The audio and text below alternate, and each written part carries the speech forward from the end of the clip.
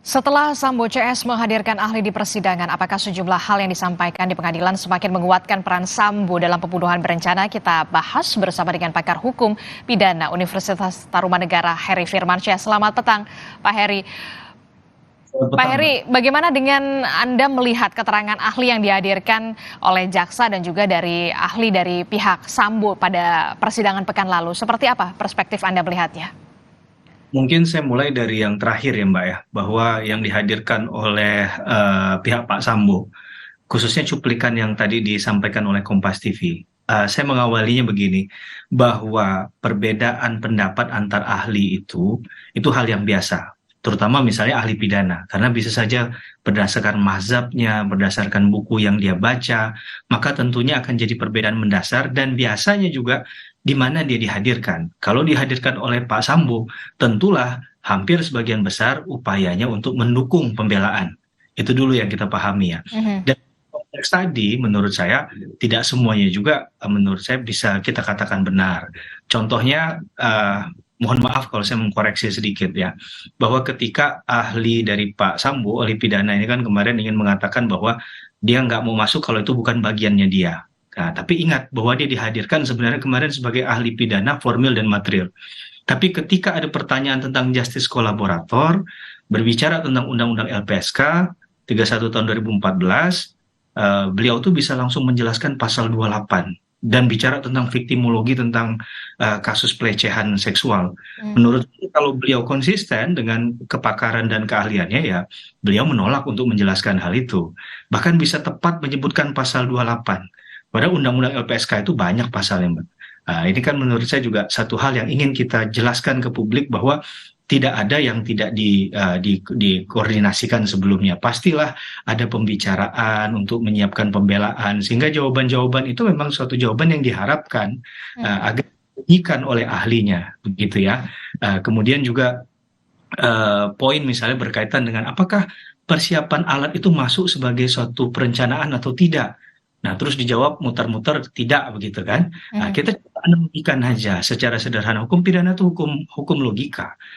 Apakah ketika seseorang ingin memancing, kemudian dia membawa alat pancing, itu bukan suatu rencana dia untuk memancing?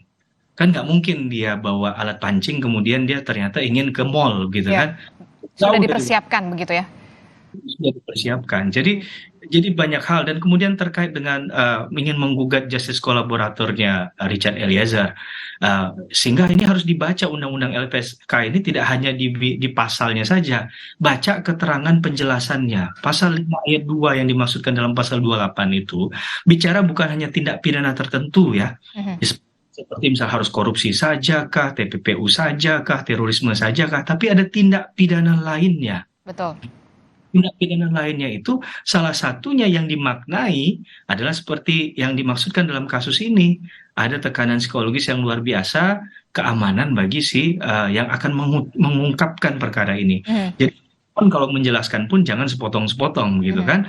Perdebatannya menjadi Oke. utuh, berdasarkan dan lain sebagainya. Oke, perbedaan pendapat antara ahli baik itu yang dihadirkan oleh jaksa dan juga ahli yang dihadirkan oleh pihak Sambo ini adalah hal yang lumrah begitu. Nah, kalau ada juga yang menarik ternyata Pak Heri, beberapa keterangan ahli dari jaksa yang kemudian dianggap meringankan baik itu pihak Sambo dan juga Putri Chandrawati. Salah satunya adalah keterangan Putri Chandrawati soal peristiwa di Magelang ini dianggap kredibel. Lalu bagaimana strategi jaksa soal ini, Pak Heri? Iya, saya sebenarnya nggak ingin mengkoreksi ya hal tersebut ya, tapi saya ingin menjelaskan dari posisi begini, Mbak, bahwa itu sudah terjadi, sudah disampaikan oleh ahli, ya kita terima sebagai sebuah keterangan. Tinggal nanti hakim menilai apakah keterangan ini layak dipertimbangkan dalam pertimbangan hukum hakim atau tidak, begitu ya.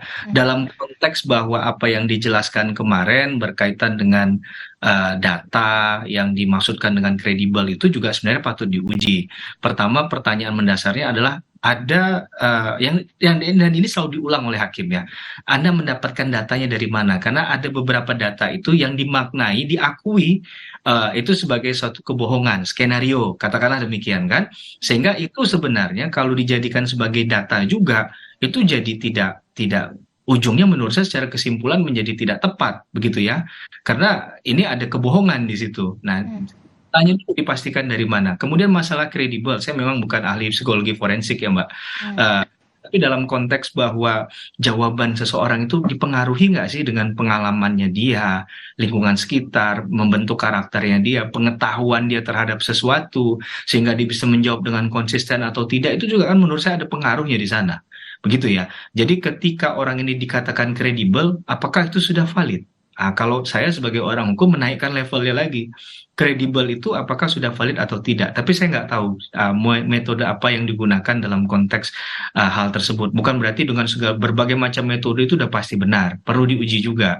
Dan dalam konteks pertanyaannya arahnya kemana? Karena sekali lagi ini kan pola pendekatan, keterangan ahli apapun termasuk keterangan ahli dalam konteks hukum pidana kah atau psikologi forensik kah dia, itu hanya satu dari 5 alat bukti, Mhm. Mbak Adi. Bukan the one and only, bukan satu-satunya, dan hakim tidak punya kewajiban untuk pasti terikat terhadap apa yang disampaikan oleh ahli. Hakim punya kewenangan independensi untuk kemudian memilih untuk menyetujui, bersepakat atau tidak dengan pernyataan ahli.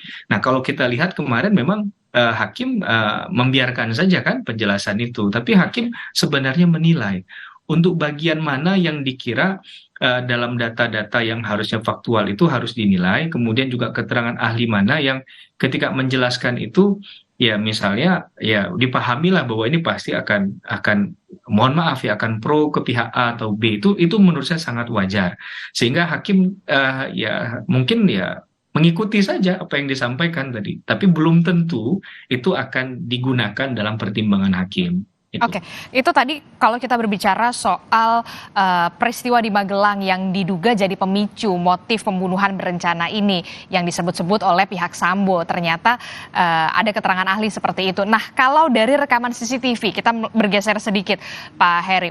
Keterangan CCTV melihat bahwa Sambo ini tidak memakai sarung tangan. Apakah ini juga akan menjadi pertimbangan menguatkan atau seperti apa?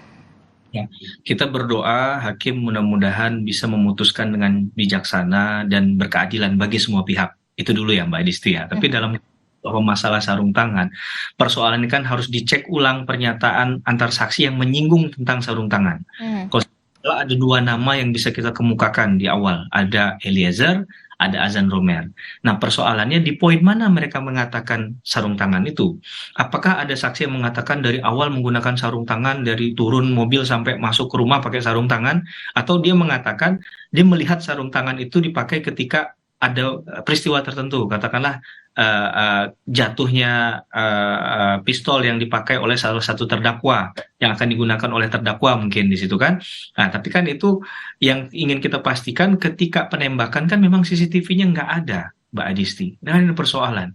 Kenapa di tempat yang penting, di poin-poin penting, checkpoint penting itu banyak CCTV yang tidak ada. Mhm. Nah, tidak tahu apakah hakim akan merujuk ke sana, menilai hal itu sebagai sebuah kebetulan saja, atau memang ini dianggap sebagai satu hal yang luar biasa, atau bisa bersifat ganjil ya, mengganjal hati hakim kok di poin yang begini yang krusial malah nggak ada. Mhm. Dan poin penjelasan tadi harus dipastikan apakah dipakai tadi kan dipakainya dari awal atau dipakai pada saat Di TKP masuk. atau bagaimana. Jadi jangan sampai nanti dianggap kesalahan sedikit merontokkan semua pembelaan tadi ya, masing-masing punya dalil lah. Kita menghormati itu. Jadi dalam pembuktian itu nggak boleh baperan. Jadi dalam pembuktian itu masing-masing boleh maksimal saja membela kepentingan kliennya, Mhm. membela kepentingan korban dari jaksa, itu kita hormati karena kita berpraktik ketika kita menjadi ahli maupun jadi berpraktik sebagai lawyer ya, kita sudah paham itu, kita saling menghargai. Jadi nggak perlu narasi yang kemudian dikembangkan seakan-akan satu hal itu bisa meruntuhkan semuanya, Mhm. gitu ya. Penting juga untuk dipahami Mbak Adisti. Oke, Pak Heri, pekan depan akan ada ahli dan juga saksi yang kemudian meringankan dari pihak Sambo. Berarti tahapan selanjutnya sudah mendekati tuntutan begitu ya, Pak Heri? Betul, betul Mbak Adisti. Dan inilah letak fairness-nya hukum acara pidana kita kan, masing-masing pihak diberikan ruang untuk menyatakan kalau memang dakwaannya disangkal tidak sebenarnya menurut versi mereka, ya sampaikan, jalurnya ada. Nah, jadi tadi saya sampaikan tuh nggak perlu di luar sidang untuk menyampaikan hal itu karena nggak ada nilai pembuktiannya juga. Betul. Tarungnya, dalam konteks batu ujinya itu ada di persidangan. Itu yang paling penting. Oke, kita akan tunggu sama-sama seperti apa nanti kelanjutan sidang. Terima kasih untuk perspektifnya kepada kami di Kompas Petang, pakar hukum pidana Universitas Tarumanegara, Heri Firmansyah telah bergabung bersama kami. Sehat-sehat selalu, Pak.